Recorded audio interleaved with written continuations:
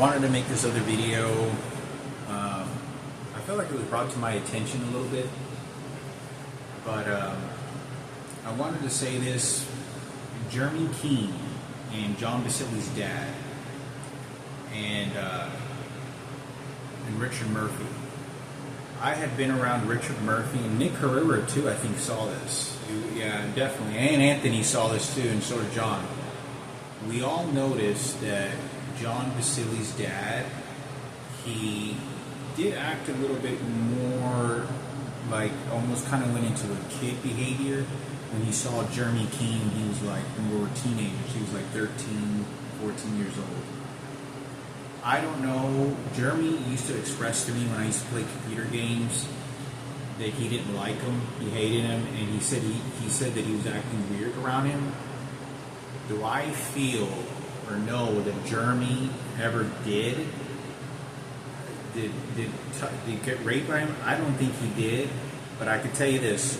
I did remember Richard being protective over Jeremy, which was correct. And I remember we were in the computer and he got it kind of close and he go, "Hey Jeremy," like he was like, and we had no communication with this guy like he was a friend. He was an adult, and he was John's dad. But I do remember walking several times with Richard Murphy. He goes, "Yeah, he keeps talking over Jeremy. Oh no, Richard, he's Jeremy." And John Basili, John Murphy used to talk about this, and he said, "Oh no, John's dad's gonna rape you. Oh no," and they used to always joke around with this shit, and Richard Murphy did. And I do remember Richard Murphy when Mr. Basili, George Basili was getting close to Jeremy. I remember Richard looking at him like, "Get away from him," kind of like looking at him serious, like, "What do you think you're doing to him?" So even though Richard picked on him, he was protective of him. He was. There was a sense of it, without a doubt. But I think it's important for me to talk. I never saw anything. Maybe he just felt uncomfortable. Did he ever try molesting her? I don't know. I don't think he did.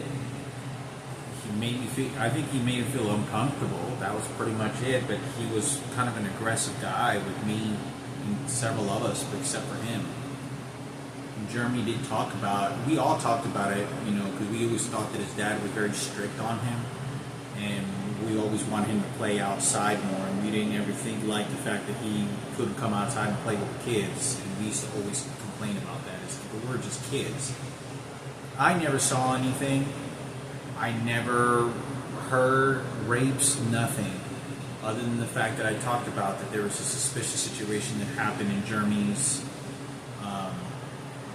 computer room many years ago, and I talked about his brother Jimmy that showed up. I already made a video about that. So, but I think, in my opinion, he probably just made him uncomfortable. But it's not to say that I don't know everything.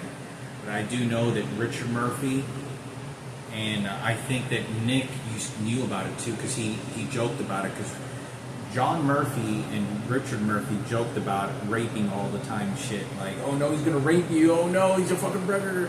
But we were kids, so they were very aware of it. I say this because, did Jeremy Keene ever not say anything or something that could have happened? Like the way that I walked in and it looked like, I don't know, if maybe his own brother did something to him. I don't know. And I talked about there was the smell, and he was just, the way that he was acting and behaving was weird. It was like, I knew Jeremy too well. I'm telling you, he was my best friend. I mean, he was like one of my best. We slept on the same bed together all the time. We went camping. He was always relieving his conversations about girls or problems. I was always a listener. He always liked talking to me in great conversations. I knew him well that something had happened, but, I think it's just worth being having a conversation. Did this guy ever do anything? I'd be crazy if he did, but I don't think he did. I never saw anything. Other than him acting a little weird around him, I never saw anything. I never did. So, did Richard or Jeremy? Did Richard or John? They were there, and Nick did. And Nick, I remember, noticed that he was acting sort of like trying to be more friendly with this person than most of us. With me, he was very straightforward and aggressive. He was a pretty aggressive guy when I was a kid, and I always thought that was, why John Basili was angry all the time in life. But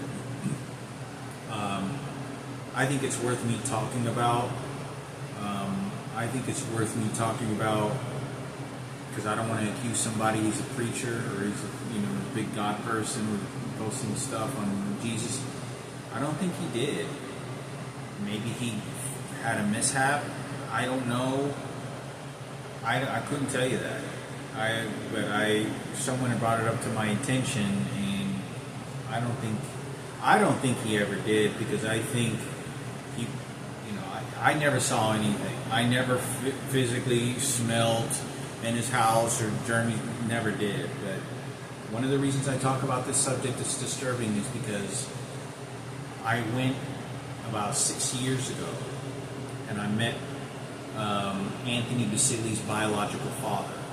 And this guy is is he from Iceland, or he said he's from Denmark, but he's like from Iceland or Denmark.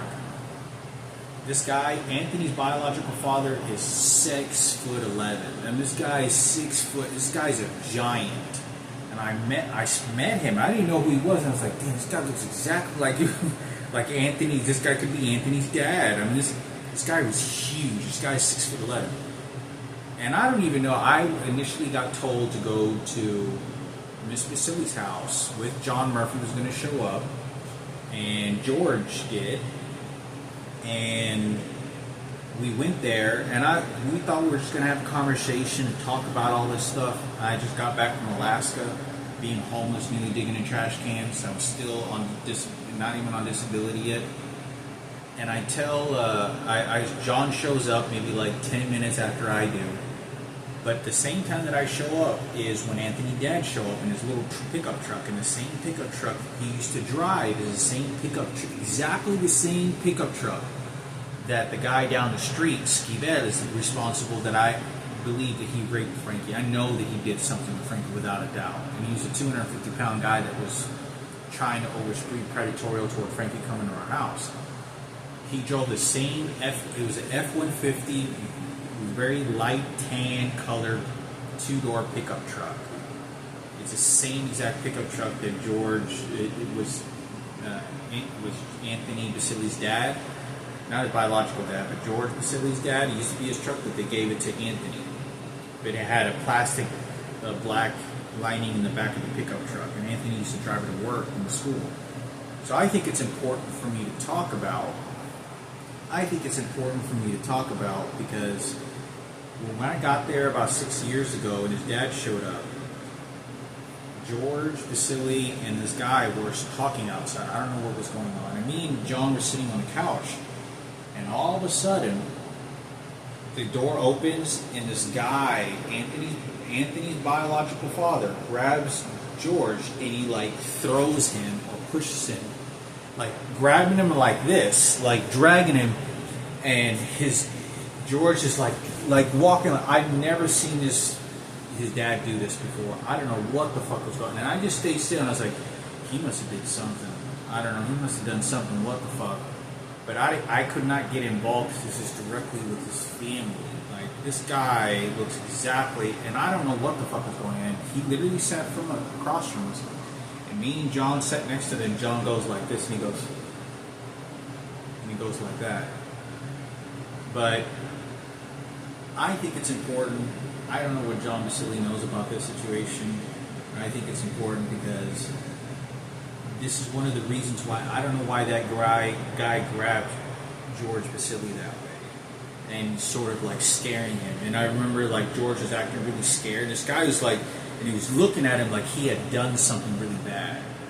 And I don't know why he showed up, and Lucinda was sitting on the couch, and I didn't understand what was going on. I was very confused. At the situation, but I didn't really get involved. And then, his dad Anthony's dad stayed there for a little while, and he looked directly at me. His dad's huge, big, 6'11". He's he's built like a giant, and you know, and looked very smart guy, and then he just got up and then he left, like he was putting George Vasily in his place or something, and then he left, and we sat at the dinner table and we started talking. We all had a great lunch, like it was normal, and I just didn't get involved. And I was just kind of trying to talk and just like trying to sort of bond with these people of some kind that I'm desperately in need.